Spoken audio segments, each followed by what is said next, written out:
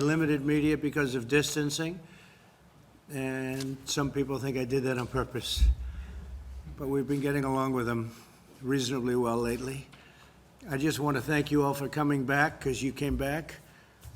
This is a Republican group, largely, if not in all cases. You know, they look pretty Republican. I'm not sure about Devin. Let's just say, you're a Republican, aren't you? This is a very, very Republican group, and we appreciate you coming back. Hi, Debbie. And I just want to say a few words, and maybe we'll say a couple of words in front of the media. We just left the most beautiful ceremony celebrating 75 years, the 75 years. And it was magnificent. It was beautiful. It was windy and beautiful. And we have a great country, and we're rebuilding our country. We had the greatest economy in the history of the world. No country had anywhere near us. And we had the best we've ever had, but we've had the best ever in the world. China is a very good competitor, but we were doing much better than China, and that's before COVID, before this plague came in. We were doing much, much better than anybody, best we've ever done, and we had to close it down. It was an artificial closing. We had to just close it down. Never happened. A thing like that never happened before. We did the right thing. It's horrible what's happened. It should have been stopped. It should have been stopped where it came from, which was China.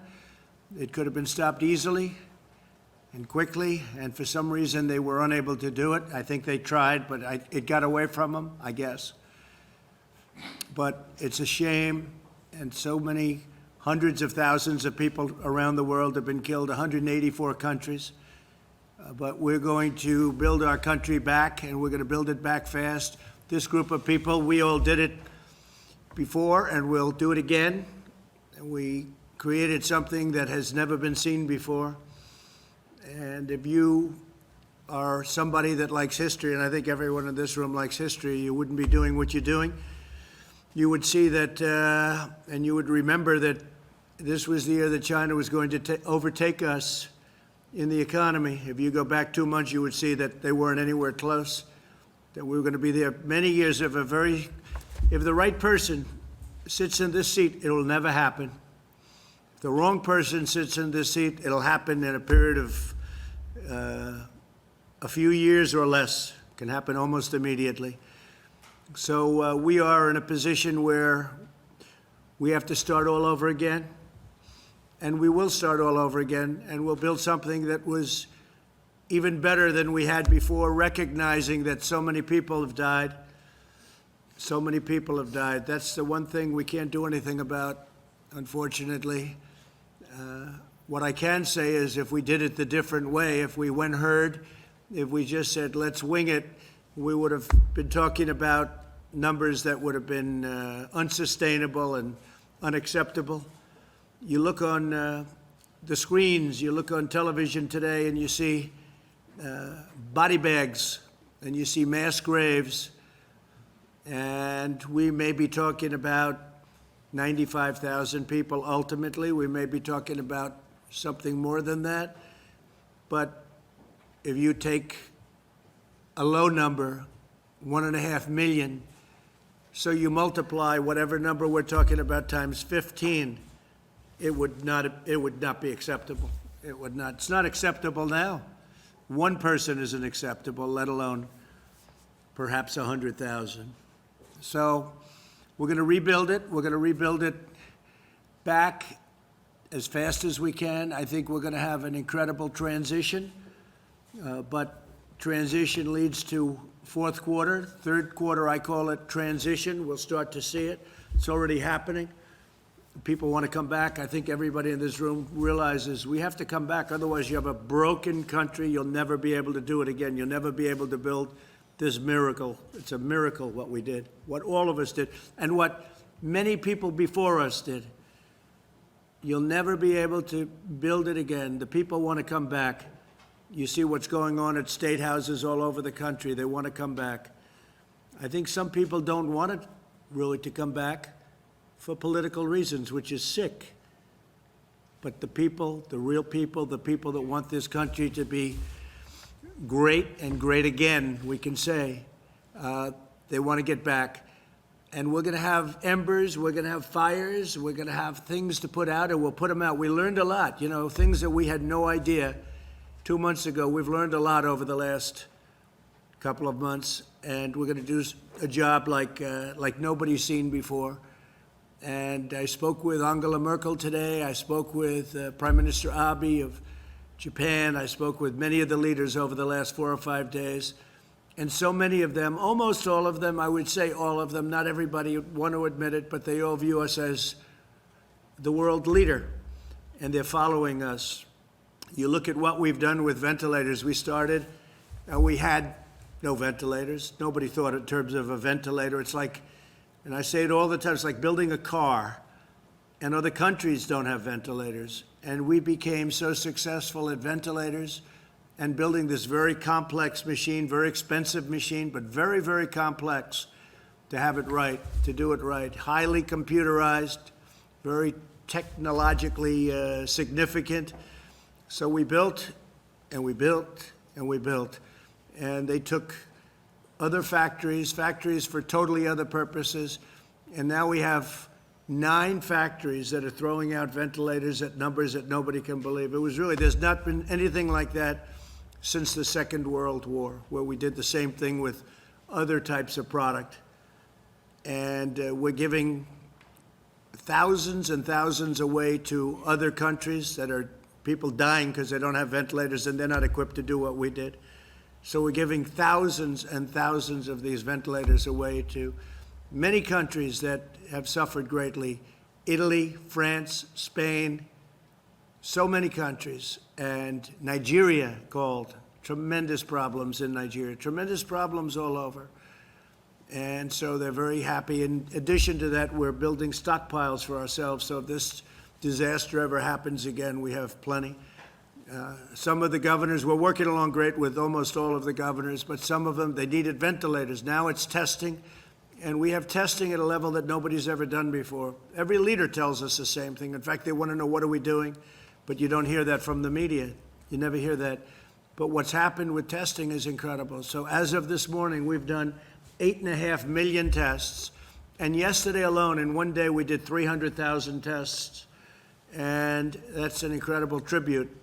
And now they have the test where it takes you 5 minutes. That was a test that didn't even exist. Everything had to go to a lab. It would be sent to the lab, so it takes a day, and then it takes another day. But it takes you 3, 4, 5 days if they do a good job. Now you do a test, boom, and you have it in 5 minutes, and nobody ever thought a thing like that was even possible. That's the Abbott laboratories, but now we have other competitive tests even with that. So what we've done has been incredible. We're going to continue to do it. We're going into transition, and I call it transition to greatness. It's going to be transition to greatness, because we're going to do something very fast, and we're going to have a phenomenal year next year. Third quarter transition, fourth quarter is going to be good. There's tremendous pent-up demand, and next year we're going to have a phenomenal year.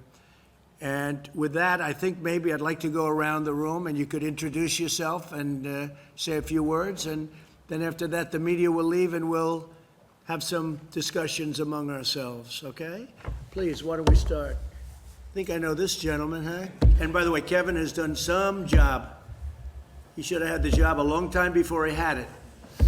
But that's okay. We have a great man, and he's going to be, hopefully, a great Speaker of the House. We got to get him there. If we get him there, and when I say hopefully we're going to win, because I have no doubt he'll be a great Speaker of the House. We don't have to hope about anything. He's done a fantastic job. Kevin? Well, Mr. President, I do want to say one thing. As you and the First Lady were out there honoring what transpired 75 years ago, that we had to end the tyranny of what Hitler was doing throughout Europe. We now battle something that is like a war. That this is a virus that came from a distant land that we did not invite. But just as we had to transform our country then and unite, that leadership you're providing is doing just that. As you talk about ventilators, gearing up, testing, more than 1.7 million in 1 week. The ingenuity of this country will solve this problem. And we will not just solve and get a vaccine for us, but for the rest of the world. I do want to thank you, coming from California.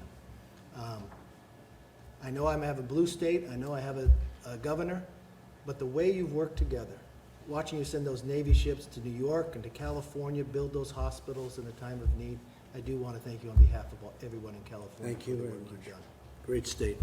Thank you very much. Elise? I think they'll turn it on. Thank you, Mr. President, for all of the support for New York State. This has been a true partnership, and the administration has stepped up, whether it's ventilators or building the Javits Center, which was tremendously important. My district in upstate New York, people are eager to get back to work safely. Our tourist businesses, our hotels have been devastated. So as we talk about this transition, making sure that we allow our small businesses to get back to work safely is so incredibly important. Also, our farmers. Thank you to Secretary Perdue for stepping up. We have dairy farmers in our district who are going through a crisis, but we know that you support the farmers, and we're appreciative of all of your work for New York.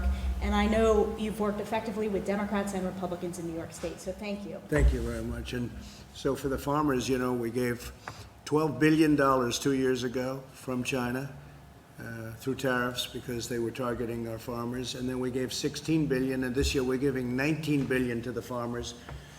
And that's more money than they've ever even thought about. And it's keeping them in a position where, really a position of strength, but they deserve it, what they've gone through for 18, 19 years. This isn't a new phenomenon. This is for years they've been ripped off. So we're taking care of our farmers. Thank you very much, Elise. Thank you. Dan, please. Oh, thank you, Mr. President. Thank you for having us here, and thank you for working every single day. You know, Speaker Pelosi would have the America believe that we can only show up to Congress to vote once every 3 weeks. Of course, that's not true. We could be working every single day, just like this administration is, and I appreciate what you've done. Appreciate working with us to protect our energy industry. You know, America is in real dire straits with oil prices the way they are.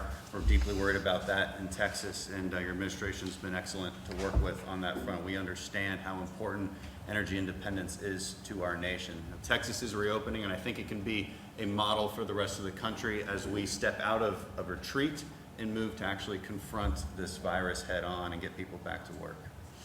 Well, it's interesting, Dan, because oil prices are now going up and gasoline prices are going down. That's like the best combination I've ever heard.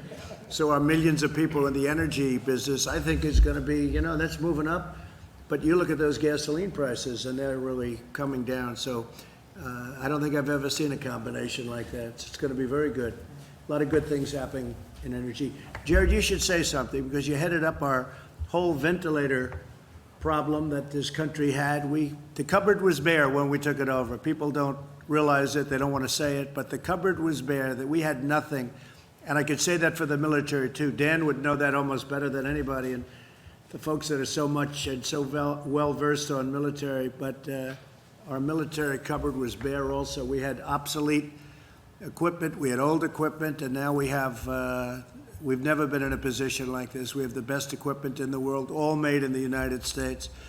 But Jared, why don't you give a little talk on what we did with the ventilators and how that just became such an incredible story. And we're doing the same thing with testing, and we're pretty close to a point where we're equally as good. Go ahead. Yes, sir. On ventilators now, the good news is that every day the balance that we have in the stockpile that the country has continues to grow. Initially, it was very scary in that we had a lot of states requesting numbers that could not be supplied, and a lot of you were very helpful at getting the local hospitals in your districts to give the actual data to the federal government, because the president wanted to make sure that anybody in this country who needed a ventilator would get a ventilator. He saw what was happening in Italy, where people were dying in hospitals and not able to get the care they needed, and the president said, I don't want that to happen in America.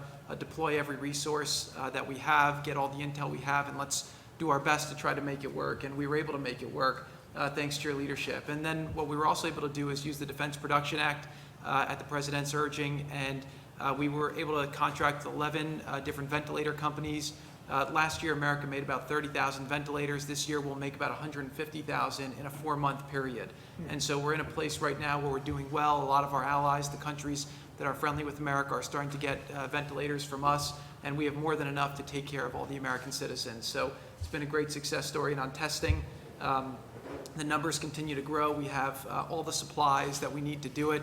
We've now educated all the governors. We have over 5,000 testing machines in the city. We've had the commercial sector through the public-private partnerships that the president had us lead.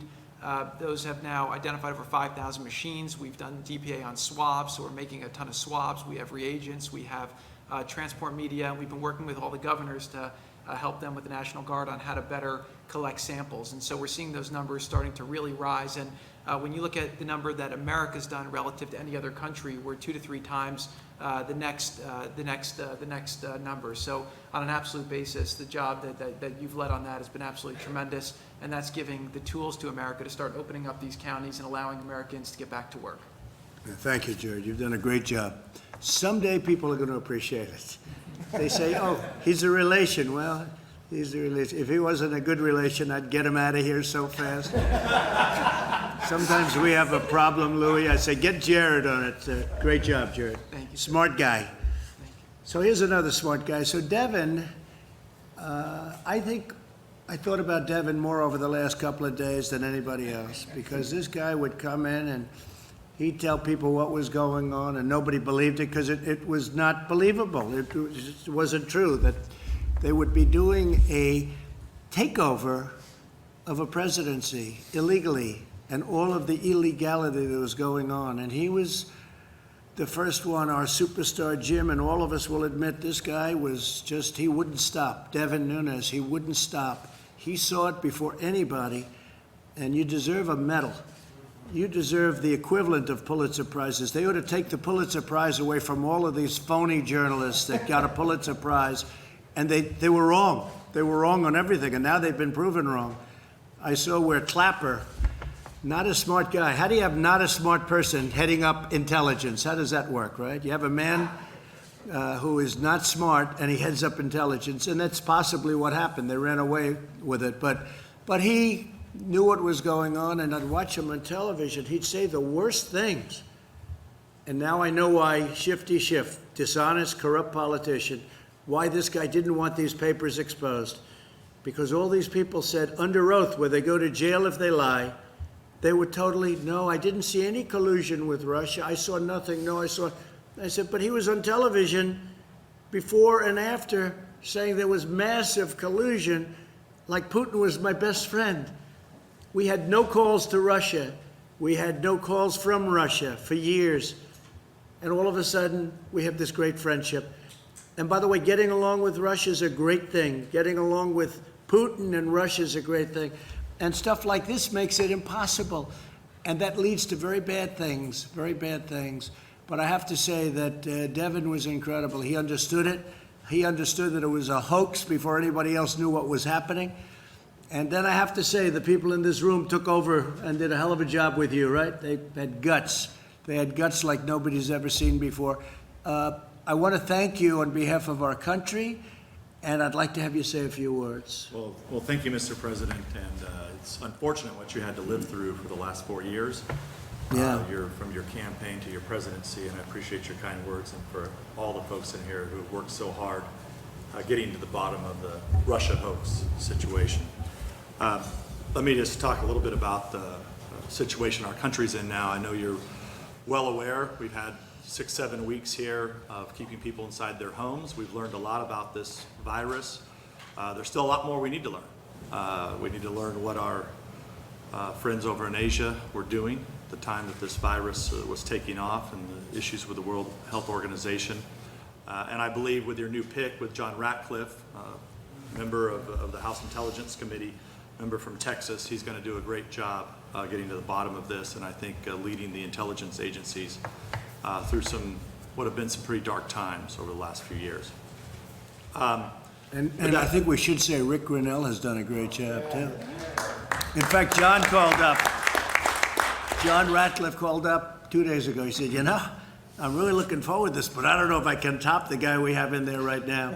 And he's going to do a phenomenal job, but Rick Grinnell has been incredible. I mean, before that, we had an empty seat. But Rick Grinnell, what he's done, even Louis would admit that. And I saw Rick yesterday walking in with thousands of pages of paper into the Justice Department. We didn't see that before, did we, Louis, huh? Rick Grinnell did a great job, and John is going to be phenomenal. Please. Well, Mr. President, what we expect, and the American people expect, is transparency from our law enforcement agencies, and I think we're well on our way to getting that. I want to also thank you for bringing us back here to show the American people that we can be here and do our work. The Democrats are cowering at home right now, and it makes no sense because we've learned so much. I can understand for the first few weeks, but we're learning. We have ventilators. We're learning new ways how to treat this virus. And if we're expecting, as you know, you've been in my district. It's the San Joaquin Valley of California, heavy agricultural area. My folks have been going to work. My folks have been going to work, and because they have to feed this country along with a lot of the folks around here. And you know, if we expect the guys that are cutting meat or working at a grocery store, working in these packing plants, if we expect them to go to work, we ought to go to work as members of Congress. And I'll just leave it at that. I will say I got you all of your permits necessary from the federal government for water. You know, we throw millions of gallons a day of water into the Pacific Ocean that comes from up north. And when I saw Devon, I say, how come those fields are all barren? They're beautiful land, all barren, brown. And then they'll have a little patch like this, a little patch in a corner, or a little patch on one side, and it's beautiful green. You could see it was so, and I said, how come so much of it, 90%, 95%, it looks like a desert, and you have this. He said, we don't have water. I said, you mean you have a drought? This is a long time ago we met, right? Right at the beginning, before I got elected. And I said, you mean you have a drought? He said, no, we don't have a drought. We send millions of gallons of water out to the ocean to protect a very, well, I'll never say anything's unimportant. I think everything's important. To protect, go ahead, what's the name? The smelt, Delta smelt. Yeah. So you have a Delta smelt that's not doing well. It's getting no water, and it will do a lot better if it had water. But they send millions and millions of it. Is that seriously, is that the only reason? That's the reason they send it out there? Yeah, that and For the Delta that smelt. and salmon. Yes. It's So the incredible. farmers are very thankful for recognizing the important work that you've done, not only in San Joaquin Valley but all over the country. And I'll just say that's why they're out working, and I think we should be working. And I'm Well, you glad know, you brought us here. with the water, though, I said, so what has to happen? Well, you need approvals from Congress, from this, from that. You need all sorts of approvals, but you need it from Commerce more importantly than anything. I got every approval for you, and you got a lot of the state approvals done through Kevin and yourself and others. All you need now is the signature of the governor. And those millions of gallons of wasted water going into the Pacific, that's like a drop in the bucket. Doesn't mean anything to the Pacific. All of that water would come right down all the way into Los Angeles. And, you know, in Los Angeles, I had a house in Los Angeles. You couldn't, I sold it. You know why I sold it? Because Secret Service says you can't come here anymore. I said, I might as well sell it. But I had a house, and you couldn't have water. You couldn't water your grass. They said, oh, you're not allowed to water your grass. And then you look at this massive turn. They had a turn. It takes a day to turn it. It's like a big faucet. And they turn it, and it veers all the water out into the Pacific. It's crazy. So we're all set, except you need Gavin's signature. If you get Gavin's signature, you can have water from Los Angeles all the way up. Yeah. And it's the most incredible thing I've ever seen. I thank you. thought it was a drought. I said, he said, no, we have tremendous amounts of water, but we send it out to the Pacific Ocean. And it was over the smelt. So if you can get his signature. Well, I know you know, during this time of crisis, we need to work with the governor, and I thank you for working with our governor, who's obviously not a supporter of yours. But there is a serious issue there that the governor needs to recognize that we have a water crisis in our state that you've recognized, and he needs to drop the lawsuits that he's brought and work with us. Well, we've gotten along very well, Gavin Newsom. We've gotten very well with regard to COVID-19, as we call it. In that respect, he's been fantastic, and we've been fantastic, and he said very generous things. But on other things, we disagree, like the water, like cars, because you can have a car for much less money that's equally good environmentally, but much safer, better car. California forces you to build a bad car that doesn't work well, and there are a lot of reasons for not doing it that way. So we'll end up. So on that we don't agree, but we agree on the coronavirus, And on that, we've gotten along very well, and we've done a great job for California and for everybody, and he was very honest about that assessment. It would be great if you could get the water, but you're all set, okay? You're all set. Just, I say that to Kevin, too. Get his signature, and you're going to have so many, all those thousands of acres are going to be opened up, and they'll have plenty of water for Los Angeles, too. So they won't have to ration. They're going to ration the water in California. It's the most incredible thing I've ever seen, and yet they're sending millions of gallons out. So thank you very much, but thank you thank you very much for the job you've done. Appreciate it. Thank you, sir. Please. Ted Budd, North Carolina. Yes. I want to thank you for having me here. I also want to thank my colleagues from the House. There is no vote today. There's nothing we're voting on. The Speaker Pelosi, has not brought us in to do anything meaningful, but we're here to lead by example and to say that we're ready to work. So we need something meaningful to help those back home. In North Carolina, we're very grateful for all the work that you've done here. And again, Secretary Mnuchin, I want to thank you as well for all that you've done. The PPP and the work that you've done for Main Street has helped keep these businesses intact so that we can have this quick recovery. We're ready for Q3. We're ready to get going. In North Carolina, we're ready to rebuild. Great job. Thank you. Thank you, Mr. President. Guy Rethenthaler from Pennsylvania. I just want to thank you and the administration for holding China accountable. I think for way too long, no one's held China accountable.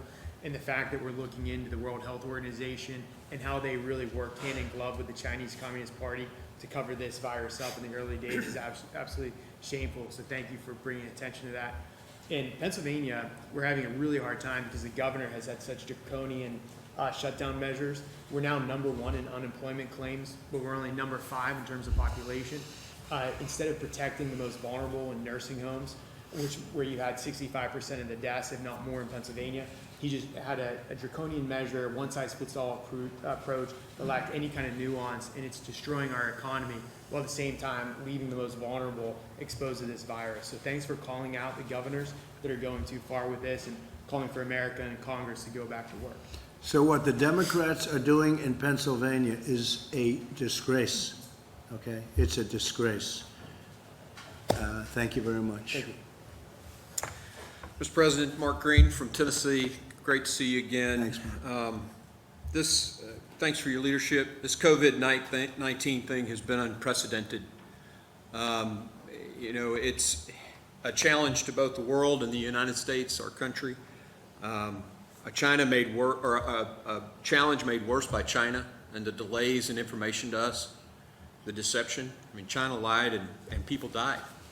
And as an infantry officer, an ER physician, former business CEO, I know that when a leader is caught in an ambush, that leader has to make split-second decisions with the information that they have. Mr. President, I'm proud of the decisions that you have made. Decisions like banning travel from China, which these guys all laughed at and criticized. But it saved American lives. Sir, you saved American lives with those decisions. And we in Tennessee, we thank you for that. We're opened up for business. We're going to the restaurants and business is running again. We're ready to lead, and we appreciate your phased plan. We're implementing it in Tennessee. Just thank you for your leadership, sir. I really appreciate it, and your governor is doing a great job. And you're right, we banned people from China coming in, and they said, oh, but you did allow people. Yeah, they were American citizens, and they were allowed in under very, very strict rules and regulations and quarantines and everything else. But we banned people, and a number of our leading doctors said that saved hundreds of thousands of lives, and that was in January. And I remember being in a room with, I think, 21 people, and I was the only one that wanted to do that. Nobody else wanted to do it. They thought it was crazy. It had never been done before. Nothing like that had ever been done before. And now you watch them, the Democrats and the media, say, oh, I should have done it sooner. Nobody even thought about it. And a month later, you'd see Nancy Pelosi and other people talking about this disease is just nothing, it's going to spread over. And she wanted to go, and she was actually late in February. She was in Chinatown in San Francisco celebrating because this disease is going to be nothing. So I understand that. I mean, she felt that, and I can understand it. But for them to say much earlier, I actually banned Chinese from coming in, China from coming into our country. It's just such a political disgrace that they're able to get away. It's just like Shifty Schiff making the statement today to try and save face when we have him called on the papers, on the documents, and in about 19 different ways. It's so bad and so sad for our country. Thank you very much, Mr. Mark. President, you put that ban in place before they even named the virus. Yeah, You saved Americans' lives. Thank you. thank you very much. I appreciate it. Thank you, Mr. President. Kelly Armstrong from North Dakota. We're an ag and energy state, so we've been uniquely hit on a lot of this stuff, but I'd like to say thank you for standing so tough with Saudi Arabia. That was a huge deal for our oil producers. Obviously, you've been great for agriculture, but thank you especially for your statement yesterday in support of cattle ranchers. Sometimes they get lost in the mix, and they've been getting hit pretty hard right now, so we really appreciate that. And then just, you get this economy up and going, and we'll do what we do best, and that's feed and fuel the world. And that demand is coming back, and you're up to $25, $26 a barrel, and a little bit more, and you're going to save your energy industry, really, because we're number one. And Russia and Saudi Arabia, I got them together, and they came to a good conclusion for us and for them and for everybody. And once that demand goes up, it's going to be great for the energy industry. So thank you very much. Thank you, sir. Louis? Thank you, Mr. President. And echoing the thanks, if you had lost that election in 2016, we would never have been energy independent. And it's been great for Texas. It's been great for America. And I do want to advise our media friends before they write stories about how we didn't wear masks and we didn't possibly socially distance adequately, that you saw to it that we had tests and that nobody in here has the coronavirus unless it's somebody in the media. So the only reason we would wear masks is if we were trying to protect ourselves from you in the media, and we're not scared of you. So that's why we can be here like this. So thank you for amazing job you've done. And it is amazing to see the hypocrisy. You do a travel ban, like Mark said, it saved lives. And they called you racist, and then when they realized you did the right thing, they said you should have done it earlier. And perhaps they could have noticed the need if they had not been pursuing, the hoax that was the impeachment. And I know the Speaker has appointed this new committee to investigate your handling of the coronavirus, and I've suggested they ought to name that committee the Committee of Oligarchs to Unelect the President, or coup for short. But that's exactly what it is. And the money, Steve and Larry, thank you for your work. There are a lot of people that are working for companies today that would not be in my district in East Texas, and they wouldn't be. I've heard this week from some that say they're getting threats that if they had any capital, they shouldn't have taken the loan, and they may be pursued for criminal when they could not have hired those people back if they had not taken the loan. So right. I hope that that'll be backed off a little bit, because it has put people to work that couldn't otherwise. But I'm optimistic, and I wouldn't be if you weren't president. So thank you for the work you're doing. Thank you, Louis, and you've been a great help. And if we didn't win the election, we wouldn't have found out all of the corrupt practices that are taking place at the top of the FBI with dirty cops and all of the things that we found out about other people in other agencies that are equally as important. All of this, we went on Drain the Swamp, and that's what we're doing. But nobody ever told me the swamp was going to be this vicious or this deep. And we're doing it. Could I make a suggestion on the justice area? And I know that with the Democrats in charge, some of the most important reforms may not happen, but the FBI is the only law enforcement entity I'm aware of that has not even come into the 20th century, not even asking them to come into the 21st. Everybody else does videotapes and audio tapes, and the FBI interviews witnesses and goes back and records their own notes of what they want to say a witness said, and then it's easily changed. And we need to bring them into the 20th century where they start at least doing some audio recordings so they can't change them. So that's one of the lessons we have seen from what's happened in their effort to create a coup. And not only do they not record, but they write their notes, and then when the notes are bad for them, they go and change them months later.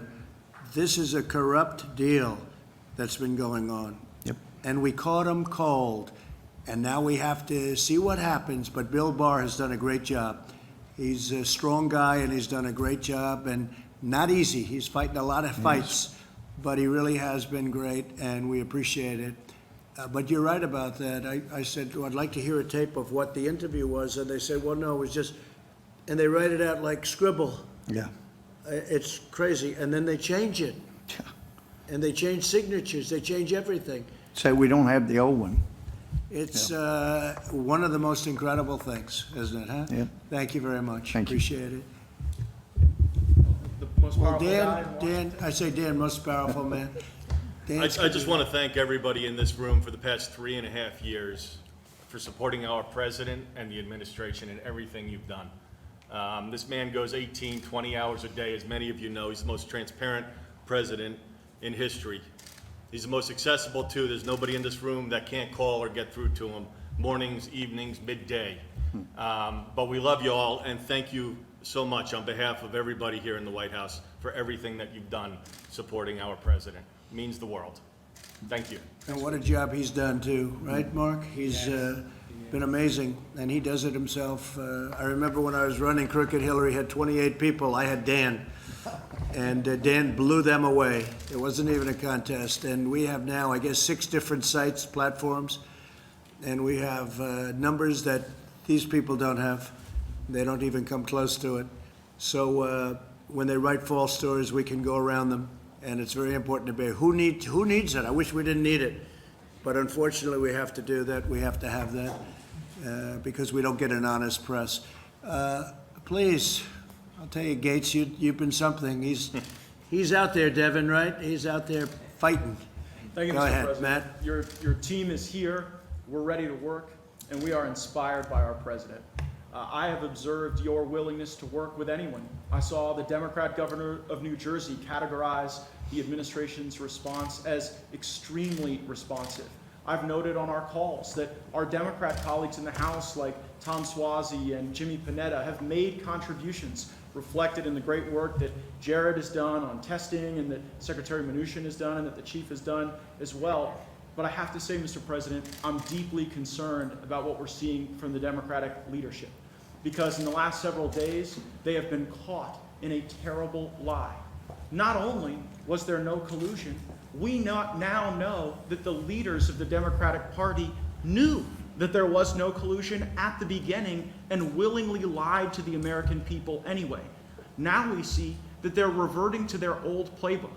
As we want to work together to provide provision to our people and take good ideas no matter where they come from, Nancy Pelosi and Chuck Schumer just want to set up new committees to investigate rather than working together. I know that even before being president, you talked about the importance of the president being a great cheerleader for our country and for our economy.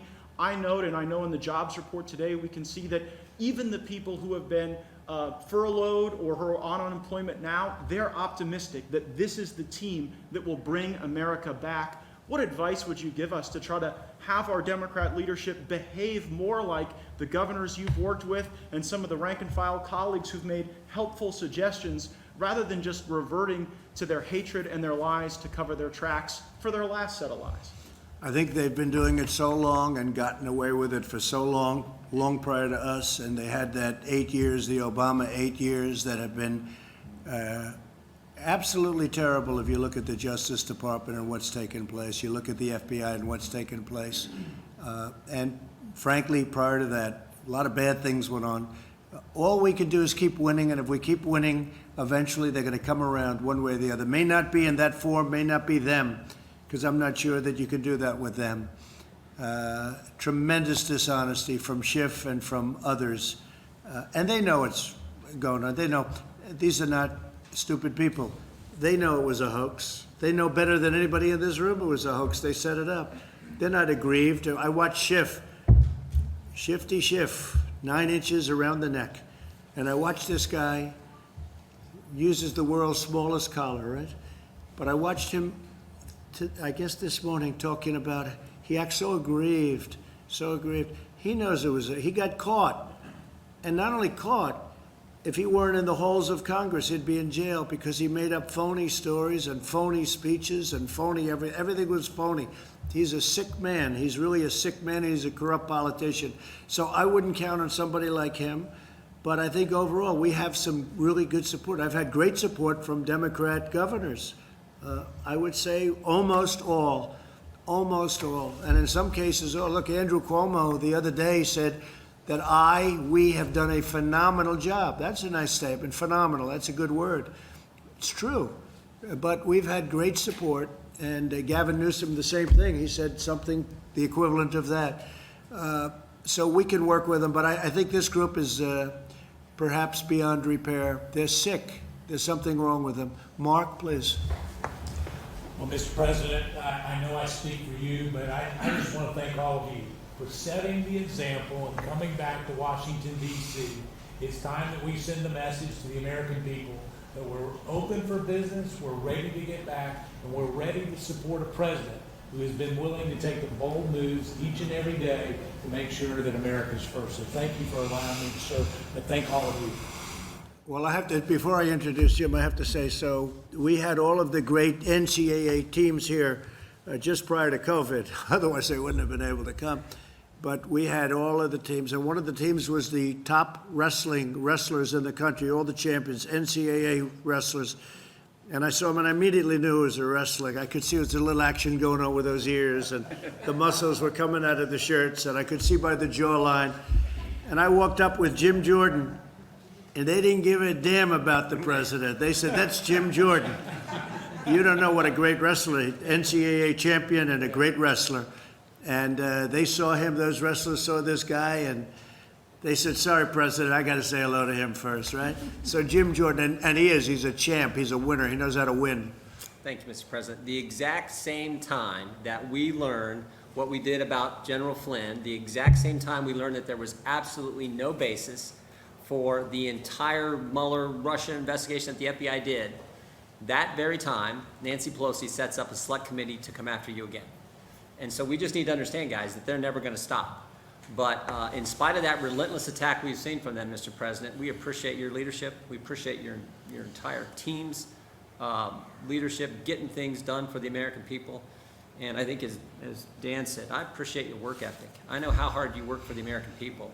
I mean, I know how hard Meadows works. He used to return my calls all the time. Now I know he's working 15 hours, 18 hours a day, and you're working even more. So thank you for doing all. The people in the 4th District of Ohio appreciate it. The people around the country appreciate it. And we just need to keep it up, and we'll have the great American comeback happening real soon. Great, and you're right, Jim. I looked at this. I didn't even know anything about it. I see she's setting up an oversight committee, and I'm getting called by other countries saying what a great job we're doing. Could we have some help, sir, with testing? Your tests are better than our tests. They're the best tests in the world. We have the best tests in the world. We're the most tests in the world. Could we get ventilators? Is there any way our people are dying? Could we get ventilators? Everything. And they set up an oversight committee about the job we're doing. When she, a month later, was in Chinatown dancing, as I said, it's a disgrace. But what's even more of a disgrace is take a look at the people in the committee.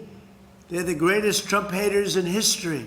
Maxine Waters, every one of them is people that were screaming impeach before I even announced running. Now I kid when I say that because they'll say that's not true, but pretty close, pretty close. You know, if I say that, they'll say that's not true. They don't understand sarcasm in the press. But I will say, you look at some of the people in that committee, everyone is a total kill, and it's a disgrace. It's a disgrace that they could do a thing like that. And here we go again. Here we go again. But we beat them, and we've been beating them for a long time, and they cannot accept it. They cannot accept it. That's why it's interesting. I could work with the governors, and we're doing it really well. And they're saying great things about me and the job we're all doing. But you can't work with these people. I think they're stone cold crazy. Anyway, thank you, Jim, very much. Thank you, Mr. President. Kevin, how about a little recap as to how you think we're going to do in that next year coming up? Sure. Thank you very much, sir, and thank you. I'm humbled that you invited me back to pitch in this crisis, and honored to be here again with you. I think it's fitting that the members of Congress, thank you for coming back, that you would be meeting and working to make the economy better precisely today, which was about the worst job support ever. And that was something that we've been telling people was going to Right. happen because you took the step to save lives, to slow the economy down. But there was a silver lining in the report today, ladies and gentlemen, that was really interesting to us, and the President and I talked about last night in the Oval, that almost everybody who accounted for the increase in unemployment in the report today said they expect to go back to work within 6 months. And now if that happens, then what will have happened is something historic, that we would have experienced the biggest shock in the history of the world, just about, short of perhaps World War, and recovered quickly. And I think that if we did that, sir, it's going to be because the economy was so strong in January, that people have been able to withstand this, and because the policies that you all worked together to adopt built the bridge to the other shore. Thank you, sir. And at the same time, we would have saved millions of lives, because ultimately, that's what we did this for. But I heard that statement from you and some others yesterday that almost everybody expects to be back to work shortly. That's very unusual. Usually when you have something like this, they never expect to get a job again. So that's a great thing. Thank you. Good point. Thank you very much, Kevin. Mr. President, Thank you, Lee. House Republicans are here in Washington, D.C. to work. We want to deliver for the American people, and we're honored to be here today, and hopefully the Speaker calls us back into session at the beginning of next week. We'll see. We should have been here this week. The Senate was here in Washington, D.C., but What is she doing and House where wasn't. is she? What's going on? you know, I actually think that she's just trying to consolidate more power in her own gavel. She likes the feeling of that gavel in her hand. She knows that the grip is being loosened, and come January of 2021, she's going to have to hand it over to Kevin McCarthy. And in the meantime, she is trying to consolidate as much power as she can. And when she brings her House Democrats to Washington, and there's a process where we're able to participate in crafting legislation, she won't be able to dictate as much of her obstructionist radical agenda that appeases an enraged liberal base that put that gavel in her hands in the first place. Many of us here in this room were with you on the beaches of Normandy, and we're honored to be back here today to be with you on VE Day.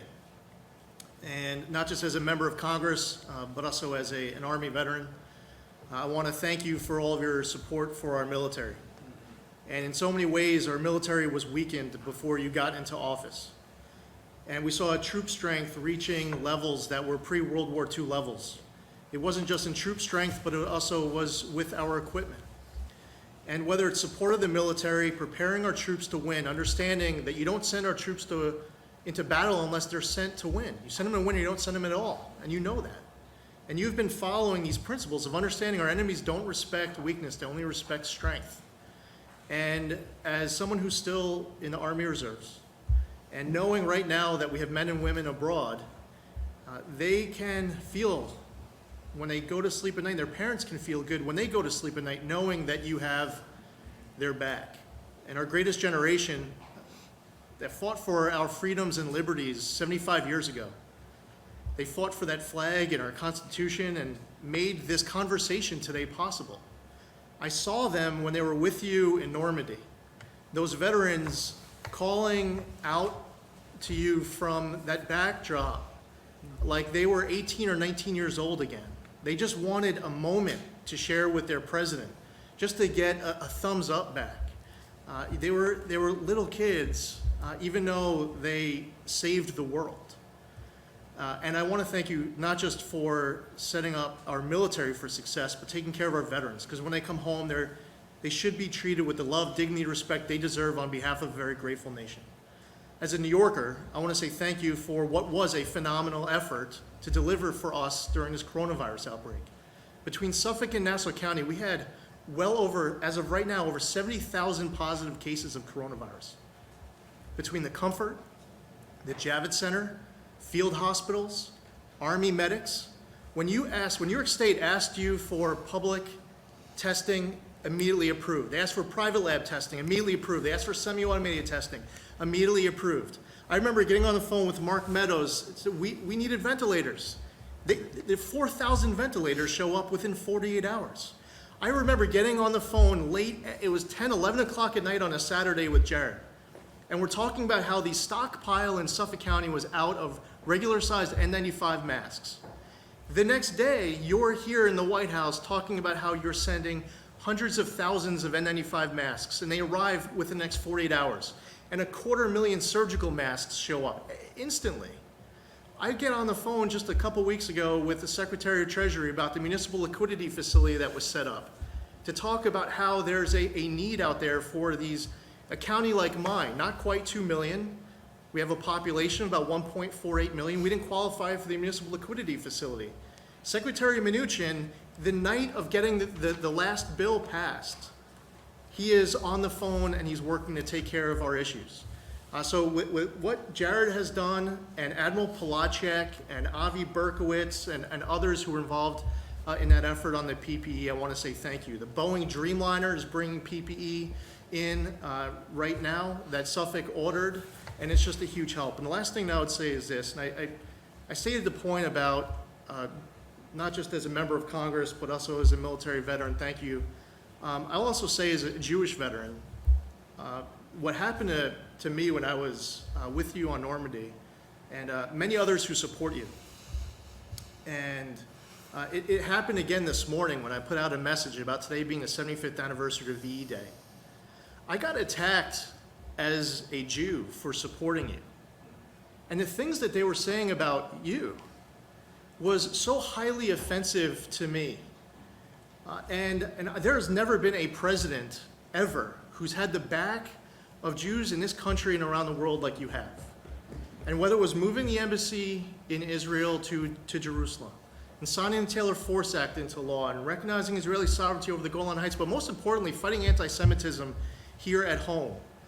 When I see them attacking me and attacking you, especially attacking you and your team, when you are all in more than any other president, not just delivering on your own campaign promises, but doing what's right and delivering on the promises of presidents in the past, I just want to say thank you.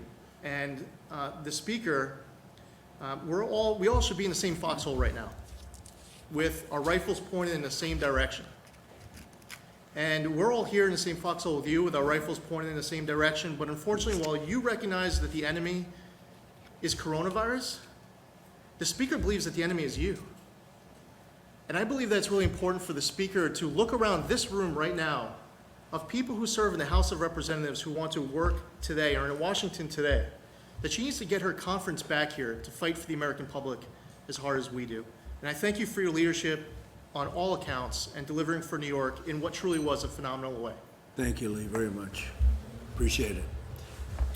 Thank you, Mr. President. Warren Davidson from Ohio. Definitely an honor to be included on this task force and be here really to work with you to help this transition to greatness. You've had great messages. It's resonated with the whole country, but definitely with the people of Ohio. We love you, look forward to you coming back. And, I think the example that you set when you talked about the governors leading the way, because the states really have had different experiences and different approaches to dealing with this virus, but also a legacy of dealing with problems in a different way. And you see the legacy costs in states like Illinois, where 58% of their budget goes to pensions, and states like Ohio, where we have a rainy day fund and we reformed our pensions and have been responsible with our spending. That approach is important. It was important in the way that that Attorney General Barr has recognized in terms of defending civil liberties. Every single one of us wants to protect public health, and we're all anxious to grow our economy and get it back. But we all swore that same oath I swore in the Army to support and defend our Constitution against all enemies, foreign and domestic. So we take that very seriously, and the civil liberties that have been infringed upon, the sense of freedom and the sense of identity as Americans that's under attack in this era. Having the Department of Justice say we are going to defend freedom and lead that example is a big deal. And as we confront all these ideas on how to deal with, safety, it's important to remember that even the Patriot Act expansion, it was just temporary. It was supposed to expire. And a lot of those same sense of urgency that came in after 9/11 led to the expansion of the FISA and the Patriot Act and the way it was abused against many people and very publicly against you, was really just to keep us safe and just for now. But we still haven't really been able to reform FISA. We still have a chance to do that. But the temptation is always, but just to keep us safe. And some of the ideas with privacy, just to keep us safe at the CDC, tracing and quarantining and tracking everybody, could be just as dangerous. So I think it's good to safeguard against that. And then I think the last thing is we're talking about VE Day. The last time the planet had this much debt was after World War II, after the United States. So the Fed has been tremendous in trying to provide stability in the face of governments largely closing our economy. So we did owe it to people to try to provide the stability that we did. But most people realize that you can't print an entire year of GDP. So we do have to be cautious about unsettling the monetary system. It's worked great for us since Bretton Woods. We have been the world's reserve currency, and we wouldn't want to give that up by being foolish with the amount of printing we're doing, because it's not being lent. There's no lender. We're not really borrowing it. We're printing it. And that's undermining the value, the full faith and credit of the United States. We have lots of countries doing that around the world, and the dollar still is the strong one. But we should be cautious to think that we can somehow do this in an unlimited way. So thanks for the things you're doing and the leadership you're doing, leading by example, and it's an honor to be part of it. Thank you. Thank you, Warren. Thank you very much. Hi, Mr. President. Andy Biggs, Arizona. Thanks for letting me be here with you today. Thanks for coming to Arizona this week, being at Phoenix and Honeywell. Factory converted, doing 10 million N95 masks on a regular basis, and there's going to be 10 more out of their Rhode Island plant. Thanks for being there. We had Sammy's restaurant from Tucson up, but we also had several Latina business owners there that are strong supporters. And why are they supporters? Because of the economy that you built and you put in place. And Arizona's ready to open up. They're energetic. They want to open up. They have faith and confidence in you and your leadership because they know what happened before. You built a marvelous economy, lower taxes, reduced regulations. That really did a great number for our economy, and that's fantastic. But I'll tell you, we are just as frustrated that that Speaker Pelosi won't bring us back to do work that we need to be doing. We need to set the example for the American people that we're ready to be here. If you can go to a Starbucks coffee, as Kevin said yesterday, you should be able to come to Congress. So just so you know, the House Freedom Caucus we had a meeting last night. We'll be meeting every day next week here in Washington, D.C. We want Speaker Pelosi to know we're ready to work. We come to work. We represent the people. Thanks for your leadership, Mr. President. It's an honor to be with you. Very much, Andy. Thank you. Mr. President, Andy Barr from Central Kentucky, thanks for your leadership and for inviting us here today. I want to share with you 3 quick stories from my district that illustrate how effective your administration has been in responding to this public health emergency. These stories have not been reported by the press, so I want to direct these stories to the press because they need to know how effective you all have been in responding to us and the American people. First is Dr. Mark Doherty, an epidemiologist at Baptist Lexington, largest private hospital in my district, a nationally known infectious disease expert. He comes to me in March, early in the pandemic, and he says, we can do convalescent plasma therapy. He was one of the first epidemiologists in the country to want to do this. He went to your FDA, sir, and within 4 hours received approval to do convalescent plasma therapy, saved 2 lives on Sunday night. The approval was on Friday. Second, he comes to me and he says, we can save personal protective equipment if we use telemedicine within the hospital. The problem is we need approval from the federal government to do that. So we go to CMS, to Seema Verma, and we say, we can do a Bluetooth stethoscope with an iPad and telemedicine and FaceTime. We don't have to send all of the healthcare workers into the negative pressure room. We can We can bring modern technology to the fight against COVID. We can protect healthcare workers, and we can conserve critical personal protective equipment. Within days, Seema Verma and her team at CMS responded favorably. That is a nationwide policy change that saves lives for healthcare workers and conserves scarce personal protective equipment. And then the next story is Steve Stone from Nicholasville, Kentucky. He works for Sagent Pharmaceuticals. He comes to us and he says there is a critical shortage of the sedative propofol, which is used for COVID patients on ventilators in New York, by the way. There was a shipment of a month worth of propofol that was held up by the government of Italy. So we got on the phone with Admiral Polacek from on your team on Saturday morning. On Tuesday, he had talked to the State Department and had the Italian government release to New York life-saving propofol for intubated COVID patients in New York City, a month's supply. And that was your administration and Admiral Polacek responding instantly to that request. And then the third story is Secretary Mnuchin and his team, and Mark Meadows. We had a small business owner who was not approved in the first round of PPP because he bought the business after February 15th. But this is a 35-year-old business, a dozen employees, $60,000 a year jobs, a small business publication. We went to Mark Meadows, Secretary Mnuchin, his team, and within days, they changed the guidelines, frequently asked questions, new guidelines. We saved 12 jobs in Lexington, Kentucky because of your decisive action. So, Mr. President, thank you for the effective response to this pandemic and this crisis. Thank you. Thank you very much, Andy. Well, good afternoon, Mr. President. Scott Perry from Pennsylvania.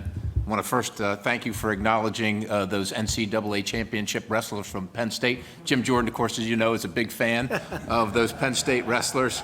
Mr. President, thank you so much for your bold, visionary, decisive leadership. It has made a huge difference in Pennsylvania, in the district I represent, and across the Keystone State. The PPP in particular saved countless jobs. It has been a lifeline for the small businesses across the country, across our state, and of course running it through the local banks, getting government out of it, letting the banks, our local community banks handle that has been it's because that's who people know. They have a relationship, and the bankers, of course, know them. And so that's worked really well. But I will tell you, in the transition to greatness, what I don't think we did envision is the same bold vision and leadership that you have had in some of our state governors. And right now, just last night, our governor announced that we in Pennsylvania are going to stay locked down until June 4th. Mr. President, our businesses are dying. And I don't know what, look, you know, we shouldn't have to make this choice. We're Americans, and we can do two things at one time. You have proven you can do many things at one time and be effective. We have about 65% of our deaths in Pennsylvania happening at elder care facilities, at assisted living facilities, not in hospitals, but at these elder care facilities. The PPE is going to the hospitals. The money a lot's going to the hospitals because we shut them down. The governor's made the choice, instead of helping some of these elder care facilities, we have a website where people can snitch on their neighbor who's going to work or who's opening their business in contradiction to the order. That's not bringing anybody together. So a couple things. Extending the PPP, the 8 weeks, until after the governor opens the state, because employers now don't want to have to pay for employees who are not going to be able to come back to work, right? Because the state is shut down. You didn't do that. The governor's done that, right? So the transition to greatness, I think, might include something like that. Right now, we have counties that want to open up. The governor said no. Counties want to open up. They're not sure. They're scared that if they open up in again, violating, so to speak, the governor's order, that will stop the flow of federal dollars for the programs that you already have. And so some assurance that they can do the right thing and get their people back to work as Americans would be very, very helpful. I would say this as well, Mr. President. The unemployment benefits in the real world, we tried to do the right thing. You tried to do the right thing. Employers are thankful for the fact that they won't be held accountable if their employee doesn't come back to work. But when you have a governor that doesn't want to enforce the policy, it's not really helpful because the employer needs the employee to come back. They need them to come back. And so maybe take a look at that. And finally, in this transition to greatness. Mr. President, China, once we get through this, there must be an accountability. There must be an accountability. We all want to get back. We're here. We're ready to be at work. Speaker Pelosi apparently is not, but if she is going to do phase 4, she's working on her own. She doesn't involve our leadership. She doesn't involve Kevin. She doesn't involve anybody here. Mr. President, the prescription to get us back to work and healthy as an economy, quite honestly, is simple. And you already know it. You've already talked about it a million times. Let's just get back to work. Let's just get back to work. Thank you, Mr. President. Thank you very much. Great. Thank you, Mr. President. Greg Murphy from Eastern North Carolina. I appreciate your strength. I appreciate your persistence. I'm a surgeon, and I appreciate decisiveness. It's been nothing but a merciless last 4 years that Schumer, Pelosi, and her cabal have essentially tried to undo the 2016 election. I've only been in politics a relatively short period of time, but it's obvious to me that there are people in this country who hate you and hate this administration more than they love this country, and they will see it torn down. This crisis has highlighted this. We thought that this possibly could be a way of bringing our nation together, but unfortunately partisan politics has ruled the day. This has been building a plane while we've been flying it. I think that's a very good analogy, but the plane is built and it's time to land. It's time that we made decisions based upon fact, not fiction, not fear-mongering, not cartoons by the media, but truth. And wouldn't it be nice to get the truth? We believe enough in our American people that we believe in what they can think. So I would ask the same for you from North Carolina that you do from Pennsylvania to talk to our governor, to let us come back to work. Let us look at a regional approach in North Carolina. It makes sense. We look at the science. We can do this. We're not inventing the wheel again. So I thank you for your strength. I thank you for your persistence and your leadership. Thank you very much. Thank you. Mr. President, Mike Johnson, thanks for having us today. We've been anxious to get back to the Hill, and we wish we could be in the House doing our regular work, and hopefully we'll get back to that. I represent two important groups today. One is the resilient, hardworking people of Louisiana. We've had a tough run here. I mean, the pandemic hit us pretty hard, and then, of course, we've got the crisis in the oil and gas market, and we're going to recover from that. But the people there are soundly behind you, and so many of them always tell me when they know I'm coming back here to give you their regards and their encouragement and their thanks for what you're doing, your principled leadership.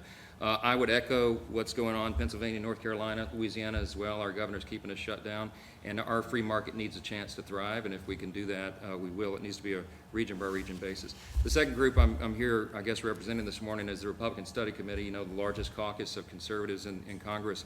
And as the chair of that group, all these guys are leaders of it as well, and we've been trying to advance our core principles. And we came out Monday last with a 37-point blueprint, a framework that we call a return to prosperity and accountability and recovery. And basically what we've done is distilled the work that we had been putting into about 15 months prior to the pandemic to come up with a playbook, a conservative playbook to run when we return to the majority, which we still think we could do. But it's things, for example, for holding China accountable all the way to empowering the American worker. And we think it's consistent with a lot of the administration and what you've articulated, and we hope we can work together on it. I would end with this. The whole team, your whole administration has been so accessible and transparent. I love what Dan said. I had written those two words down before you said it. That marks the Trump administration. And I could name each one of them on your team here. They've all been helpful and grateful to us. We had a conference call with Mr. Kudlow the other day, and he said something at the end of it that resonated with me. He said, you know, our time-tested principles cannot be abandoned now. That's what's going to guide us through this, right? And we were on mute, but we all said amen. And it reminded me of what Reagan said in his farewell address when he was leaving, you know, his storied time at the head of the country. He said, they called me the great communicator, but I wasn't that. He said, I was just communicating great things, and they're the same great things that have guided our country since its founding. We believe in those time-honored principles. We believe in individual freedom and limited government and fiscal responsibility and free markets and lower taxes and less regulation. Those are the things that are going to guide the country back in this transition you're talking about. And we're so grateful that you and your team are holding the line on that. We'll be with you. We're your foot soldiers. We're ready to go to work, and we thank you again for all you're doing. Thank you very much. Great. Oops. Well, I want to say thank you again, President Trump, for coming to Arizona, and it was such an honor to be on Air Force One with you. It was my first time, so it was awesome. But I want you to know that I believe you are exactly the right person for the job. Despite all of the Democrats the top Obama people, maybe President Obama himself, since we found out yesterday, trying to take you out. You, despite all of that, you led our nation into the greatest economy in the world, and I am totally convinced that you will do it again. And so, please don't let all the critics get you down. I know a lot of people are just Trump haters and they say mean things, but there are so many people out there, so many people in Arizona, throughout the nation, that absolutely think you're doing a great job. So please keep it up. Thank you, We Debbie. appreciate you. Thank you very much. Thank you. Debbie. Beautiful. Thank you. Larry? Thank you, sir, and thanks to everybody here. Some wonderful words, and we appreciate your strong efforts and support. We have a lot more to do. I just want to connect a dot or two. Kevin was talking, Kevin Hassett, my friend and colleague, when we were in the Oval last night talking about these are temporary job losses, probably 3/4 of them, if not more. If you had told me that I would go on the air on a day when we lost 20 million jobs and the stock market would go up 400 points, that would have been very interesting. I've been around a while, and I thought I'd seen it all, but this is a new wrinkle. I don't want to repeat this experiment, but I'm just saying. And I do think it's because it's temporary. And I do also think the stock market bottomed in March 23rd. I know it fluctuates and so forth, but I think that a lot of the things that Stephen has negotiated, we've heard about the PPP extending it and so forth, I think that's one reason why these are temporary losses and why the market is shrugging them off. And I do want to reiterate, it is very possible that we will get a lot of these jobs back fast. It's very possible, as private surveys and even the CBO, we will have a 20% increase in growth in the second half of this year, as you say, sir, as a transition. And then finally, I want to say that, and I appreciate your comments very much, sir, if we stay to the principles that worked the first 3 years, I mean, through January and February of this year, the economy was growing at 3.1% at an annual rate before the virus hit. Low taxes, rollback of regulations, energy independence, good, fair, reciprocal trade deals, the building blocks of a blue-collar boom, of a middle-class wage boom, middle-class wages and less, and a small business boom, which is the heart of the Republican Party. There's no reason. You did it once, and if we stay with those principles and do it again, and next year, 2021, can be absolutely a spectacular year. So I really believe that, and I would just say it is my honor to be part of this, sir. Thank you. Thank you very much, Larry. Thank you, Mr. President. I want to thank everybody around the table. I've had the opportunity to speak to almost all of you and all of your ideas. As others have said, it's the President's economic policies that led us to great success. I have the utmost confidence. We have the greatest scientists, the greatest medical people. There will be a vaccine. We will kill this virus. And the policies that you've put in place recently are protecting American workers and American business as we go through this difficult time. So thank you, Mr. President. Thank you, Steve. I appreciate it very much, and you've done a great job. So we're looking at the transition to greatness, and I think it's starting right now. It's really what it is. It's a great term. It just came out at this meeting. True, it came out by accident. It was a statement, and it came out, and you can't get a better one. We can go to Madison Avenue and get the greatest geniuses in the world to come up with the slogan, but that's the slogan we're going to use, transition to greatness, and it's starting right now. And I appreciate everybody we called. We said, can you be here? They hopped in a plane. Is that right, Mark? They hopped in a plane. Not one person turned you down.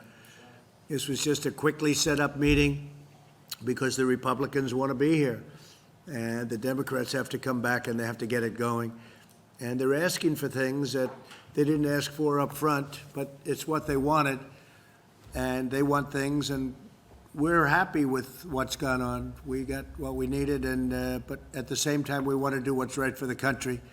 So we'll see what they're looking for, and we're in a position for first time in a little while. You would never put yourself in that position, but we wouldn't agree to what they wanted, and it got sort of delayed, and now they need things, and we can sit back and we're going to watch, and we'll do what's right for the country. But so it's the transition to greatness. That's where we are. That's where it's starting right now, and I appreciate everybody for being here, and we're going to have a little meeting after the media goes. Do you have any questions, John?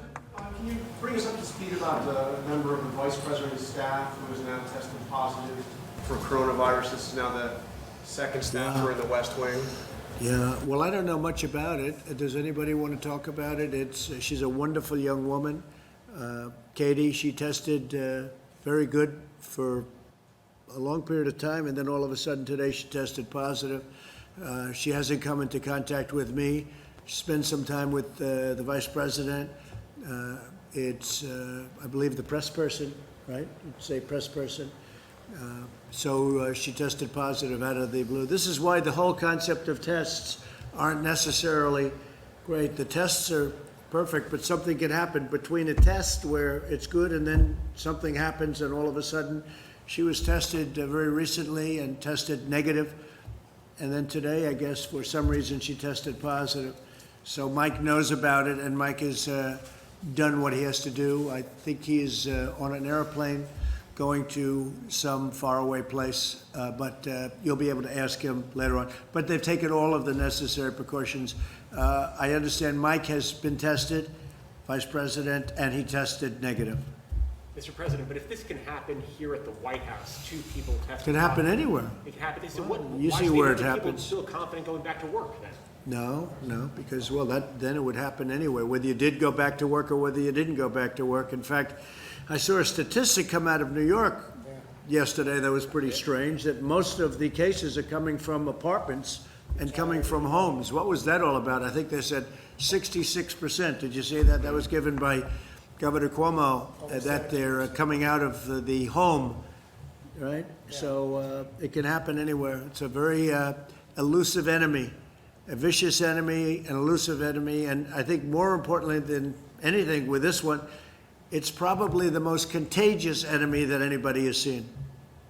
Mr. President? Yeah, please. Given 2 positive tests in the last 2 days, what precautions are you taking here at the White House to prevent the virus from spreading further? And are you worried that it's kind of already in the White House? And Well, I'm not worried, no, I'm not worried, but, you know, look, I get things done, I don't worry about things, I do what I have to do. We've taken very strong precautions at the White House, but again, we're dealing with a invisible situation. Nobody knows. When I see that 66 in New York, 66%, where people stay home and that's where they're catching it at home, who would ever think a thing like that's possible? So all you can do is take precaution and do it the best you can. But Mike was tested today, and Mike was tested negative. So are you taking additional steps here at the White House in the latest? Yeah, we're taking very official steps. Mark, do you want to discuss that? We've already put in a few protocols that we're looking at, obviously, to make sure that the president and his immediate staff stay safe. But it's not just the president, it's all the workers that are here. Obviously, you're here on a daily basis.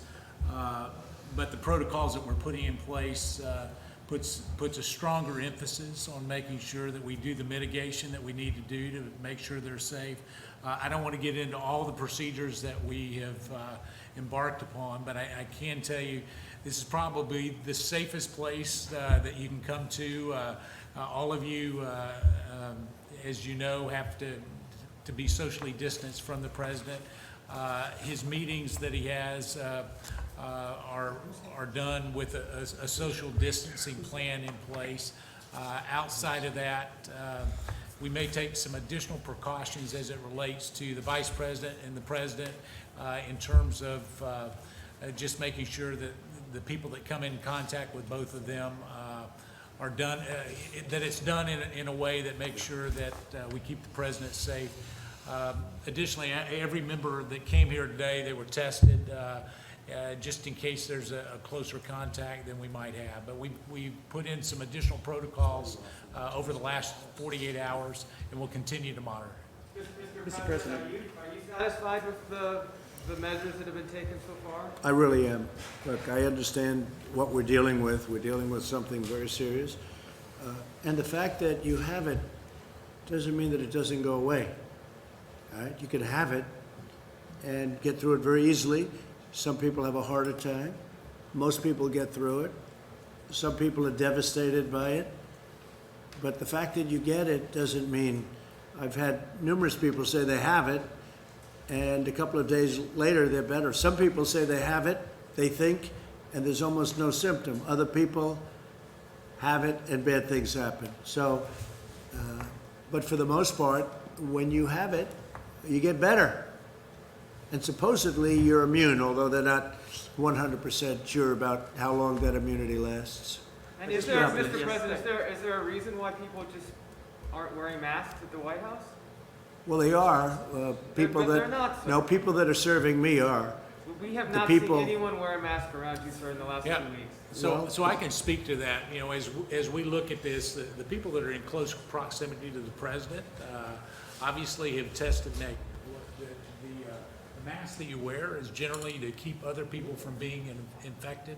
And so as we look at that, you know, I can tell you that the testing protocol is a strong regime, and as it gets close to the president, some of those that serve him will wear a mask in those closer proximities. Here's what I would offer off the record to all of you is I know, John, we spoke about this earlier. If you've been on the campus, for your safety and well-being, the president's made available to make sure that you can have testing just for the peace of mind. So before you leave today, we've made those arrangements to make sure that you can be tested as well. But we have a lot of people wearing, I'm just looking around. Look at Shay, White House photographer. I'm sure most of you don't know her, but to the best of my knowledge, she's wearing a mask. Is that a mask? Yes. I think to the best of my knowledge, it looks like a mask.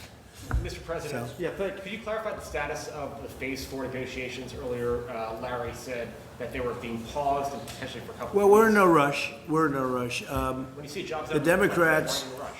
the Democrats have to do what they have to do, but I would say we're not looking, we want to see what they have, but I can't say that we're in a rush. We were in a rush to get the money out to people. We have gotten the money out. Some money is stalled because of state machinery. You know, they have old computers, 45-year-old computers. And we said this was going to happen, and I didn't want to do it that way, but the Democrats insisted on going through this particular apparatus for a certain reason, and that money stalled. But that's their fault, and I think they accept responsibility and blame, the Democrats. Mr. President, you said recently that you would, if necessary, be the first person to get a vaccine. How important do you think a vaccine ultimately is? Well, I didn't say I wanted to. That's not a correct statement. I said, you said, would you be? And I said, if it was good for the country, I'd be. And if it was bad for the country, I'll wait to be the last one, or I wouldn't do it at all. No, I was asked whether or not I would do it as the first person. If I thought that was a good thing for the country, I would. I don't, personally, and I have to say, I think we're doing very well on vaccines. If they wanted to use me as a test, that's okay with me, if it was good. But that was really the way the question was asked. But how important do you believe a vaccine is to getting out of this? And what do you say to those that this growing anti-vaccine? Well, I feel about vaccines like I feel about tests. This is going to go away without a vaccine. It's going to go away, and we're not going to see it again, hopefully, after a period of time. You may have some flare-ups, and I guess, I would expect that. Sometime in the fall, you'll have flare-ups, maybe. Maybe not, but according to what a lot of people say, you probably will. We'll be able to put them out. You may have some flare-ups next year, but eventually it's going to be gone. It's going to be gone. There are some viruses and flus that came and they went for a vaccine. They never found the vaccine and they've disappeared. They've never shown up again. They die too, like everything else. They die too. And so whether we do or not, I think great progress is being made by Johnson & Johnson, by Oxford, and some others. NYU, I see, is very advanced. But if you don't get it, this is going to go away at some point. Mr. President, what evidence have you seen that this is going to go away without a vaccine? I just rely on what doctors say. They say it's going to go. That doesn't mean this year. It doesn't mean it's going to be gone, frankly, by the fall or after the fall. But eventually it's going to go away. The question is, will we need a vaccine? At some point, it will probably go away by itself. If we had a vaccine, that would be very helpful. Be very happy to have a vaccine. How often do you meet with Dr. Birx, Dr. Fauci, and the medical experts, or have you essentially just moved yourself on to the economic aspect? No, I listen to them. I have a lot of respect for them. Dr. Birx, Dr. Fauci, and we have some other people that are very good. No, I listen to them very, very intently. But how often do you meet with them? Talk up, you have a mask on your face. How often do you meet with the medical staff and the medical experts? A lot. A lot. Mr. President, for the unemployment. Do you find the CDC protocols to be an impediment to opening up the country? Which protocols? The recommended guidelines that have been. No, because I'm relying on the governors, and the governors are the ones that are doing that. And if I see something wrong, I'll clamp down on it very hard and very strongly. But I'm relying on 50 very talented governors. I don't think they are all talented, but many of them are very talented. Why are you not releasing those guidelines to? They're released. They know what to do, and they know what they're doing. And we're going to see, but I'm relying on the governors to do their individual states, and they're relying on us very strongly for advice and also for help with respect to equipment, hospitals, beds, ventilators, but also medical supplies. So they're relying on us, and we're able to get them everything they need if they can't get them. Ideally, they can get it, but much of the things that we're getting and we've gotten for them, we're able to stockpile in their states. So we're sending it around, we're sending more than they need. So if this should happen again, they're going to be ready this time. And what happens, though, if the infections go spike once the government... You have to put out the fires.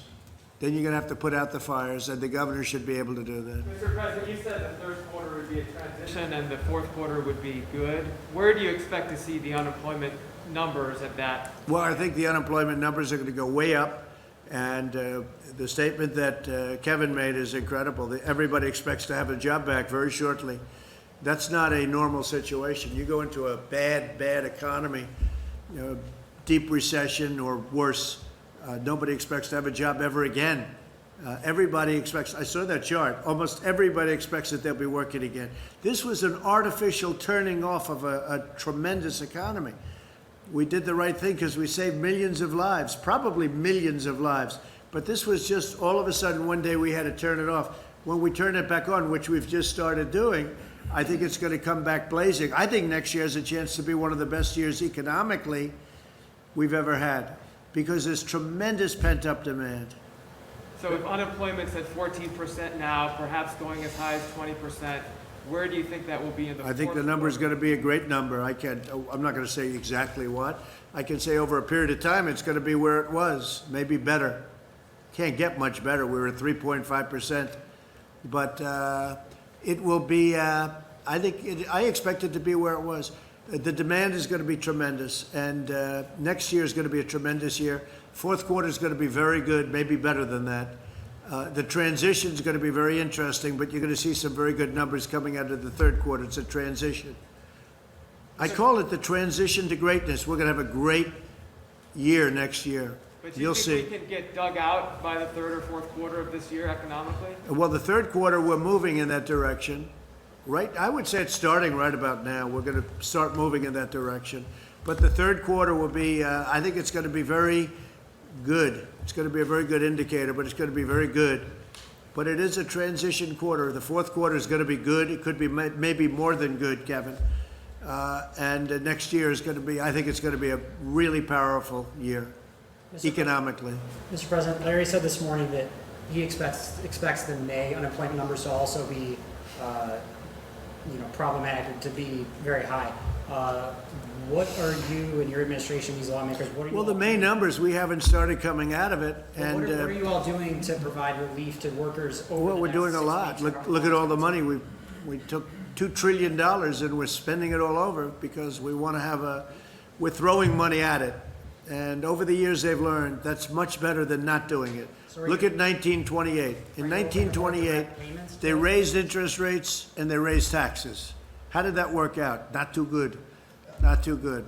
But if you look at 1928, 1929, the first thing they did was raise taxes, and then they raised interest rates, and they choked everybody to death, and it took 15 years to recover, more than that. So we do it, we're doing it the right way. We have a lot of great students of finance. I'm one of them, and we're throwing money at it. And I'll tell you what, I've watched some people and read some people that I would say would not have agreed with that, and I haven't seen anybody disagreeing with what we're doing. And in fact, they say what we're doing with the PPP, with, you know, all of the things that we're doing is great. One thing we could do is a payroll tax cut. That seems to bother the Democrats. One thing with a payroll tax cut, though, it's over a little bit longer period of time. But a payroll tax cut is something that some people that are very smart, I'm one of those people that like it because I think it's really sustainable. I think it will sustain it. But that's one thing that a lot of people would like to see. Mr. President, you were with seven. Another thing they'd like to see is a capital gains tax cut, meaning no capital gains. Some Republicans are true, hardline Republicans around the table. Not all of them. Some people might say, Louis might say, forget it. But some people would say that a capital gains stoppage, cutting capital gains, getting rid of capital gains tax, they've said that for many years, would be a great thing. The true conservative Republicans around this table, of which there are about seven solid, but I still like the other ones too. But they would say that's music to their ears, right? So we'll see. I would be in favor of that. Yeah. Mr. President, you were with 7 American heroes earlier today, these World War II. I was. All in their 90s. Did you consider wearing a mask when you were with them, given their... No, because I was very far away. I appreciate the question. I was very far away from them, as you know. I would have loved to have gone up and hugged them because they're great. I had a conversation with everyone, but we were very far away. You saw. Plus, the wind was blowing so hard in such a direction that if the plague ever reached them, I'd be very surprised. It could have reached me, too. You didn't worry about me. You only worried about them, and that's okay, because I think they're so pure it will never happen, all right? They've lived a great life. But, no, the wind was howling, and I didn't see anybody with masks. I don't know, maybe there were, but they were great. I had conversations with them, but I was standing, as you noticed, would you say I was quite far away? No, thank you, John. Mr. President. Appreciate that. Your book was very good, by the way. Thank you. It was better than I thought it would be. No, it was actually a very good book, but it was actually better about me than I thought it would be. So I appreciate it. You've known me for a long time. 26 years. This wasn't really in the schedule, right? No. I knew him long before I thought in terms of this, but we had one very good story, right? When we were interviewed at the hotel, and he took a lot of guff. They said, he's not running. Why you did this? Was before I announced. And I've been toying with it for a long time, but never did it, never decided. And he took a lot of guff. But he also got great ratings when he did that interview. So I don't know. But it turned out to be a very interesting interview, sort of the first. So yeah, your book is very good. Congratulations. How's it doing? Bestseller list. Bestseller. Bestseller, yeah. That's good. Like Congressman Crenshaw. That's good. Dan has a big... Oh, Dan. Dan is doing good, right? Well, is that because I endorsed his book? That's a great book. I'll tell you, he did something else great. He did a thing on Nancy Pelosi that was so incisive. Did you see that? He did something that was so incredible, and I actually pinned it on top, right, Dan? We pinned it on top. You were fantastic. Have you done this before? Yeah, I do this all the time. You should share them more. Well, that's true. I'll tell you, great job, Dan. You're a great guy. He's a great guy. So is that it? Are you guys all finished? Well, one more, Mr. President. Yeah, go ahead. What kind of a mask is that? It's a mask. It's a blue mask. Looks like a catcher's helmet. What? That looks like a catcher's helmet. Go ahead. I used to play catcher, so it makes sense. Federal watchdog found that Rick Bright's removal from HHS was improper, and they're blocking that move right now. Have you seen that report, and do you have any response to it? I don't know. To me, he looks like a disgruntled employee. I don't know who he is, but to me, he's a disgruntled employee. And if people are that unhappy, they shouldn't work. If you're unhappy with a company, you shouldn't work there. Go out, get something else. But to me, he's a disgruntled guy, and I hadn't heard great things about him either. Mr. President, about Lieutenant General Michael Flynn, he pleaded guilty twice and admitted before God that he had lied. How does that comport with your present position? Well, I'll just go, and these guys can give you a better answer than I could, most of them in this room. But I'll tell you what, number one, they played the son game. We're going to go after your son. And number one. And number two, the FBI guys, as I know it, and I found out, Devin, they didn't think he lied at all. They said he didn't lie. They didn't know what they were talking about. And Mueller's group, Mueller's gang, that didn't find that I did much, did they, after wasting 3 years? But Mueller's gang of culprits, they said he lied. But the FBI, in this case, said he didn't lie. What's the story in that, Devin? Well, you have to remember that this is a 30-some-year veteran of our military who headed the Defense Intelligence Agency. It would be preposterous to think that he was a Russian agent, and everybody in the press knew this. They had early versions of the dossier. They knew the Democrats were pushing the dossier, and the fact that someone would even ask this question about General Flynn, who was clearly, he was exonerated on January 4th before you were even sworn in to office. We know that from the FBI agents who were reviewing the case. I'm not even sure it was properly predicated to review General Flynn in the first place. You know, there's a lot of people in this town, in the swamp, that all of these people in the media know that work on behalf of foreign agents and aren't registered.